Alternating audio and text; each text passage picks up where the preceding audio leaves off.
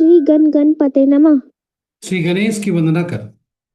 दिन के स्वामी मंगल देव श्री राम भक्त हनुमान तथा उनके स्वामी श्री राम की आराधना कर, इष्ट देव का ध्यान धर, गुरुजनों को नमन कर अभिनंदन करते हैं आपका वरुण रेस्टो द्वारा प्रस्तुत आज के लघु पंचांग में।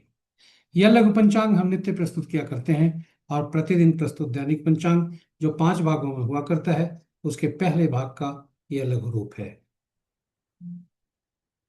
इसमें डेटा जो भी प्रयुक्त होते हैं दृक पंचांग से लिए जाते हैं, छवि तथा ध्वनि गूगल से ली जाती है और यह प्रस्तुति आप तक यूट्यूब के माध्यम से, यूट्यूब के सौजन्य से सफलपूर्वक हम पहुंचा पाने में समर्थ होते हैं। तो चलिए लघु पंचांग की तरफ चलते हैं और लघु पंचांग की तरफ जाने के क्रम में श्री गणेश की मन ही मन स्तुति करते चलते हैं, ताकि इस प्रस्तुति को आप तक पहुंचने में न कोई विघ्न हो, न कोई बाधा हो, कार्य की सिद्धि हो और इस विद्या का समुचित प्रचार और प्रसार हो, साथ ही साथ सभी का कल्याण हो। सर्वे भवन्तु सुखिनः, सर्वे सन्तु निरामया। जय श्री राम। जय श्री राम, जय भाई हनुमान। स्वागत है आपका प्रस्तुति में। पंचांग आम बोलचाल की भाषा में शुभ और अशुभ मुहूर्त जानने का माध्यम है, किंतु इसकी महत्ता हमारे जीवन में काफी अधिक है। पंचांग के 5 अंग होते हैं, ये सभी हमारे लिए शुभ प्रभाव लेकर आते हैं, जय श्री राम। हमारे लिए शुभकारी होते हैं। जी हाँ, तिथि श्री प्रदान करने वाला, लक्ष्मी प्रदान करने वाला, वार दिन से आयु में वृद्धि, नक्षत्रों से पापों का नाश, रोगों को दूर करने में सहायक और कर्म कार्यों में सफलता, कार्य सिद्धि दिलाता है। इसलिए प्रतिदिन इसका स्मरण करना चाहिए, जिससे यह शुभ प्रभावित हो सके, ये एक्टिवेट हो सके सकारात्मक रूप से। और इसके लिए सबसे आसान और सही तरीका यह श्लोक है। जी हाँ, उत्तम उपाय यह श्लोक है। तिथि च श्रीकरम प्रोक्तम वारम आयुष्वर्धनम नक्षत्रम हरते पापम योगम रोग निवारणम करणम कार्य सत्यम सिद्धिम च पंचांग फल मुक्तमम।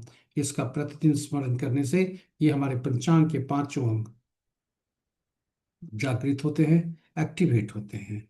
और इसके पश्चात, इसके उपरांत जो पुराणों में लिखा है कि पंचांग श्रवण से गंगा स्नान तुल्य लाभ होता है, पंचांग का श्रवण करना चाहिए। श्रवण और गंगा स्नान तुल्य लाभ।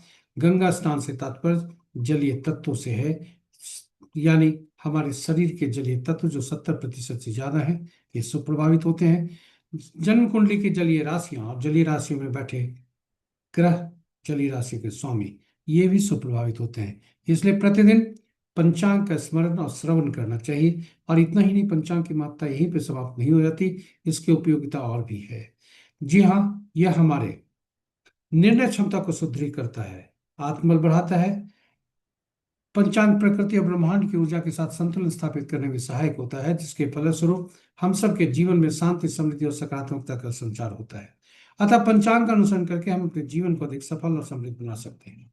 तो चलिए आइए पंचांग की महत्ता को देखते हुए हम सब पंचांग का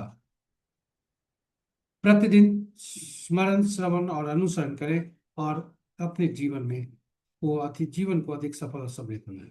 साथ ही साथ इस प्रस्तुति को साझा करें अपने मित्रों, परिजनों तथा शुभेच्छुओं के संग, ताकि वे भी पंचांग का स्मरण, श्रवण और अनुसरण करके अपने जीवन में शुभता ला सके और उनके इस प्रयास में हम सब एक माध्यम बनकर पुण्य के भागी बने।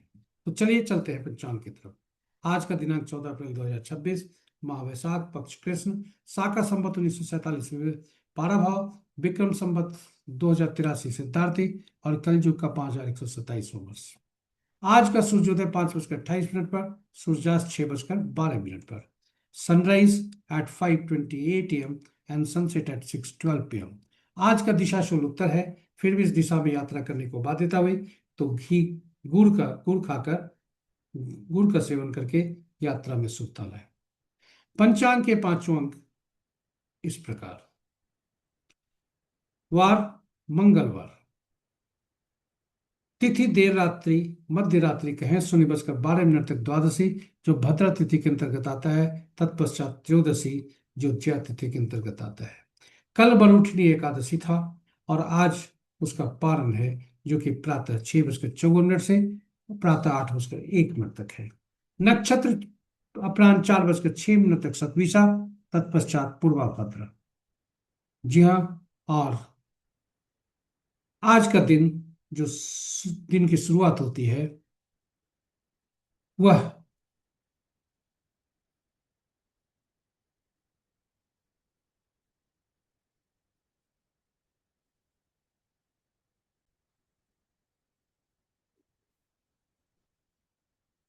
आज के दिन की शुरुआत सतविशा नक्षत्र के तीसरे पद से, जो कि दिन के 10:09 तक रहता है। तत्पश्चात चौथा पद अपराह्न 4:06 तक आरंभ होता है। पूर्वा भाद्र पद का पहला पद, जो रात्रि के 9:59 तक रहता है। दूसरा पद कल भोर में 3:50 तक। योग अपराह्न 3:40 तक शुक्ल, तत्पश्चात ब्रह्म। करण अपराह्न 12:46 तक कौलव, तत्पश्चात देर रात्रि 0:12 तक तैतिल, और फिर गर्भ। ये रहे हमारे पंचांग के पांचों अंक। महत्वपूर्ण मुहूर्त में जाने के पूर्व थोड़ा सा भागवत गीता के इन पंक्तियों पर। मनुष्य का अधिकार केवल कर्म पर है, फल पर नहीं। यानी परिणाम हमारे हाथ में नहीं है।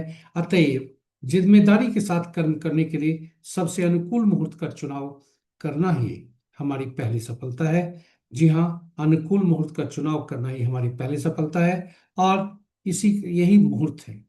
मुहूर्त हमारे समय और हमारे कर्म और समय का दोनों का सटीक मिलन है।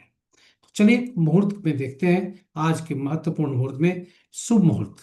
अभिजीत मुहूर्त सबसे प्रभावित दिन के 11:24 से 12:15 दिन तक। अमृतकाल प्रातः 18:53 से 10:29 तक। त्रिपुष्कर योग 4:06 से मध्य रात्रि 0:12 तक। विजय मुहूर्त अपराह्न 1:57 से 2:48 तक। गोधूली बेला संध्या 6:11 से 6:33 तक। और निशिता मुहूर्त देर रात्रि 11:27 से मध्य रात्रि 0:12 तक।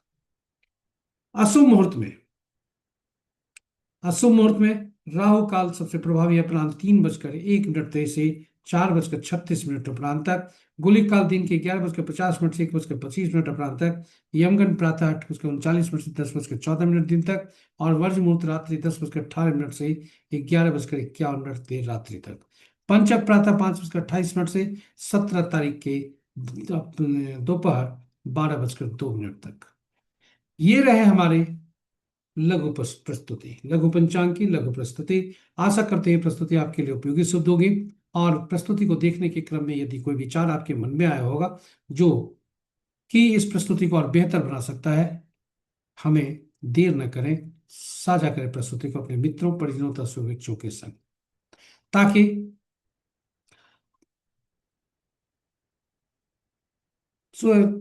आप साझा कर अपने सुझाव को हमें दें यूट्यूब के कमेंट बॉक्स पर। साथ ही यदि इस प्रस्तुति को पहली बार देख रहे हैं तो हमें चैनल को सब्सक्राइब करें, साथ ही साथ नोटिफिकेशन बटन को दबाना न भूलें, ताकि हमारे हर प्रस्तुति की सूचना आपको मिल सके, आप उससे लाभान्वित हो सके। और अंत में हम आज के दिवस के देवता मंगल देव तथा श्री राम भक्त भाई हनुमान और उनके स्वामी श्री राम से प्रार्थना करते हैं कि उनके असीम कृपा पर बनी रहे और आपका दिन शुभ हो। जय मंगल देव, जय श्री राम, जय भाई हनुमान।